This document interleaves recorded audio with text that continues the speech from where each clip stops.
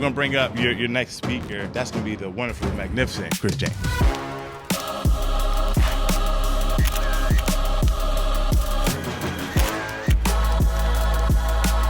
If you talk about how much you hate your fat, your body has been working all this time to keep you alive. I don't think anybody in my circle understands impossible.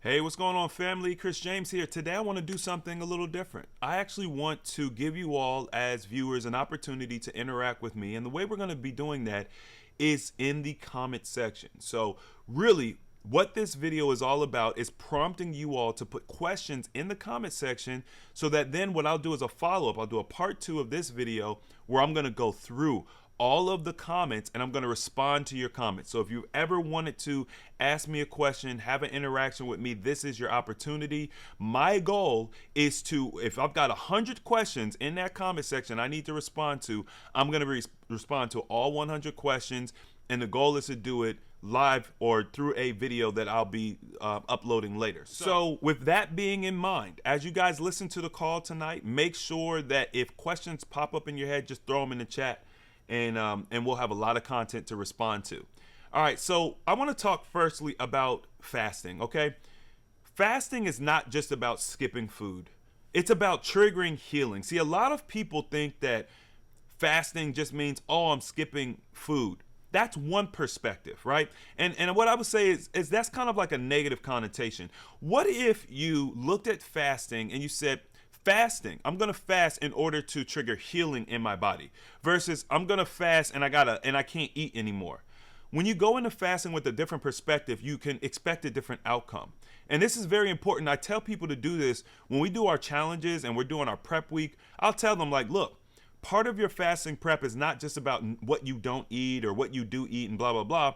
It's mental preparation. It's about saying, all right, I'm going to be doing something over the next X amount of days, a month or whatever, that's going to greatly improve my health. I'm going to lose X amount of weight. I'm going to reverse X disease. I'm going to boost energy. I'm going to feel better. I'm going to exist in a higher vibration. When you go into it with that attitude, your perspective and how you view the hardships of the challenge or whatever it is you're doing, it's completely different. So it's very important to start your fasting challenge, whatever you guys are going to be doing, your dietary strategy, whatever it is, with the right perspective, okay? So when you start to fast, you're gonna activate human growth hormone, okay? Human growth hormone not just helps grow your muscles bigger, it helps with metabolic processes throughout the body, period.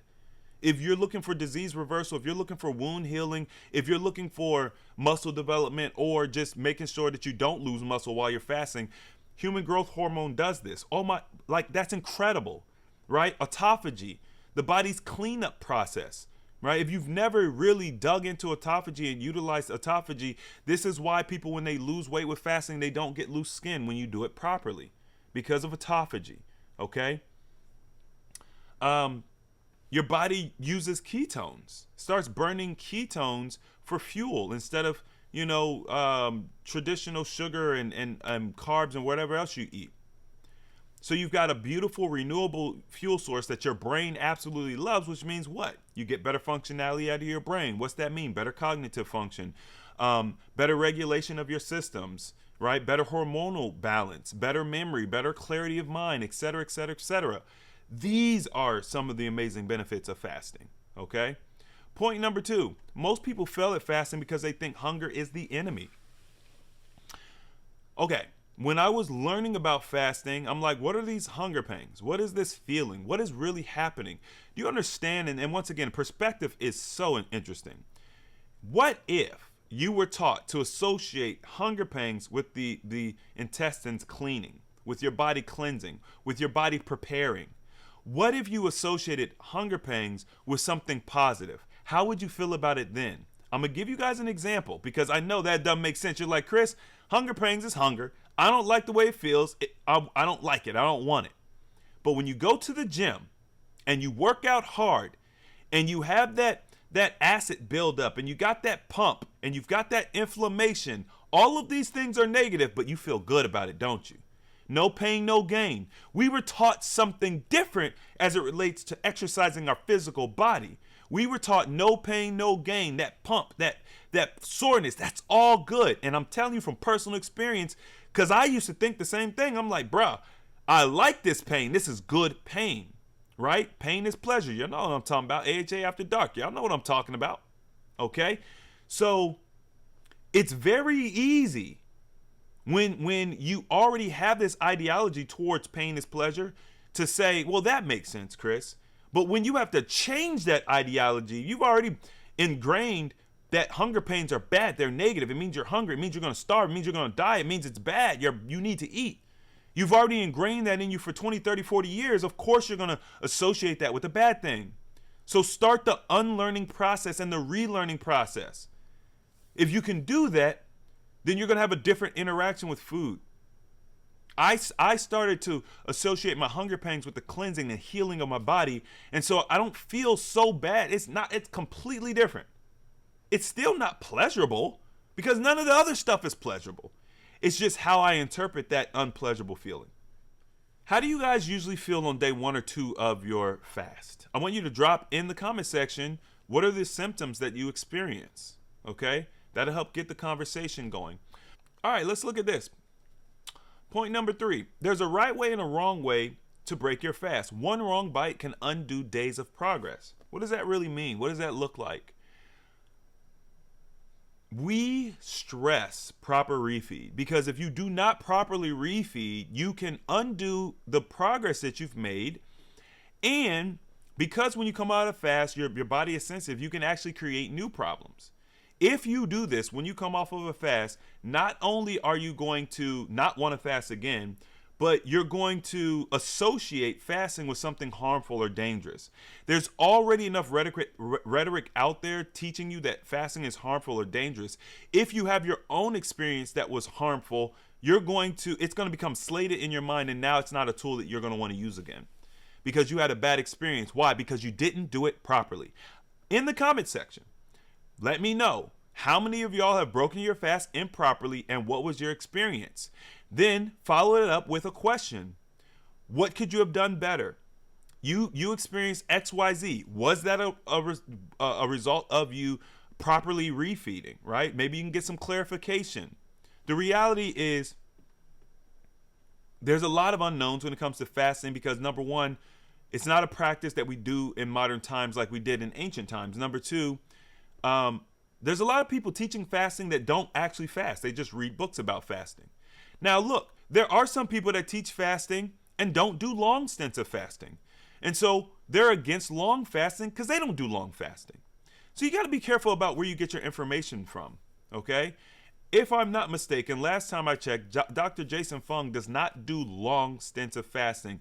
This would be, maybe like 7 days or 21 days or, 40 days of fasting. If I'm not mistaken, that's not something that he has done to date, at least at last time that I heard. So the knowledge base he has is going to be based off of short fasts, intermittent fasting, daily fasting, alternate day fasting, maybe 3-day fast. I don't know what the longest fast he really does. So with that being said, he's got an amazing knowledge base for short fasting. But then I might be leery about what his opinion on long-term fasting. He's never done it. He's probably not studying it because he doesn't feel confident to do it himself. And that's nothing wrong with that. It's just you as you're educating yourself, you got to understand this nuance, right? I primarily teach long-term fasting.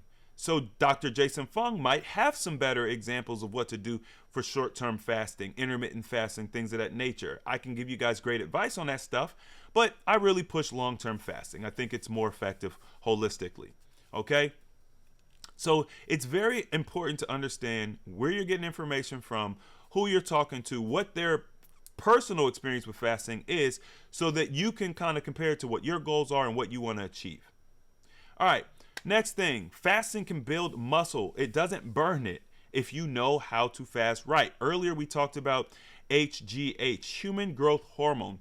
Human growth hormone, just over the course of 48 hours of fasting, skyrockets, 2,000% human growth hormone increase in men.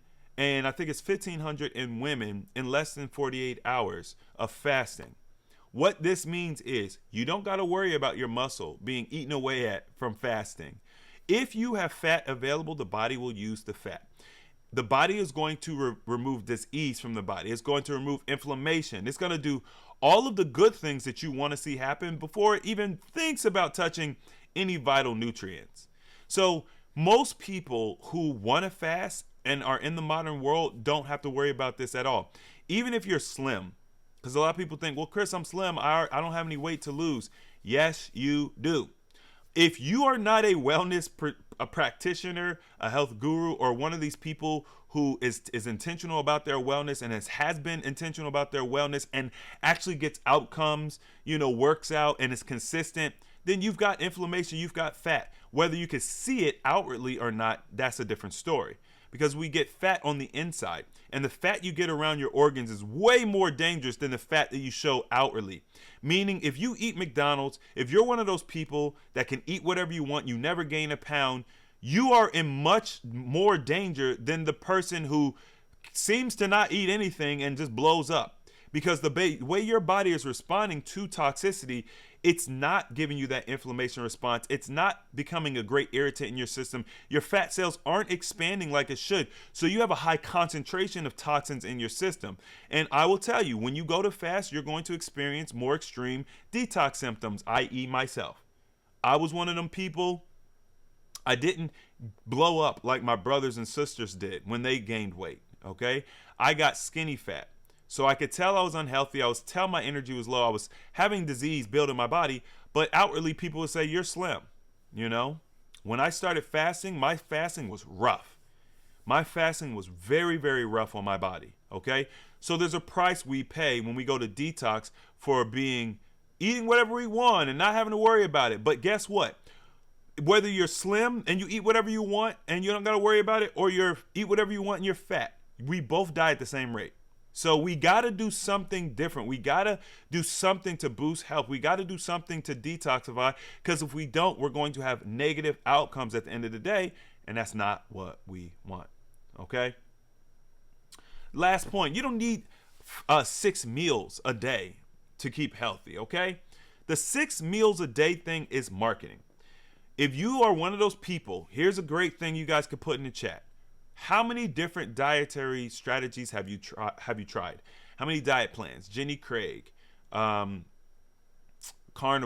keto, Atkins, starch diet, whatever, right? There's a billion out there. How many have you tried? What was your experience? Good, bad, or indifferent?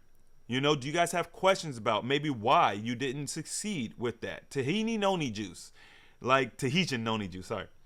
There's Jenny Craig. There's so many Slim Fast. There's so many different things out there that people have tried. Why didn't it work? Maybe you have a question about why it didn't work, or maybe you have a question about why it worked for a period of time and then it stopped working. Put that in the chat. Let's discuss it. You know what I'm saying? I will break it down as best I can. A lot of these diets are fat diets. They're designed to give you results really quick, because why? A marketing team came up with the diet. Do you guys understand that these marketing teams will go to wellness professionals? A wellness professional might have, let's say a wellness professional has a 400-page book for how to be well, okay? And they'll say, that's not going to work. How about we take one chapter, right, about how to be well, and we turn that into a whole strategy? And then they'll take one snippet of this entire thing for how to be well, and it'll turn into a whole strategy. And what happens is you can get outcomes for a period of time, but it won't give you holistic wellness because you didn't read the whole book. You're only doing one small piece of it, okay? Any one small thing that you do towards your wellness is going to give you good results, okay? If you're doing something intentional, if you're doing something that's known to work, you're going to get results. That's the reason why people can go from eating McDonald's every day to just simply going to the grocery store and buying whatever and getting better outcomes, because you're just not eating something that's worse than what you were eating.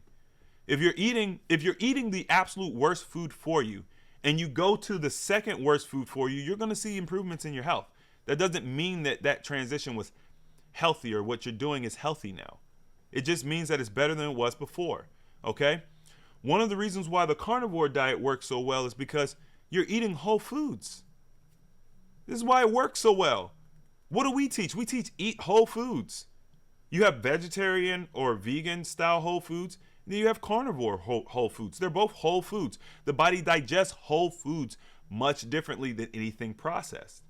All right?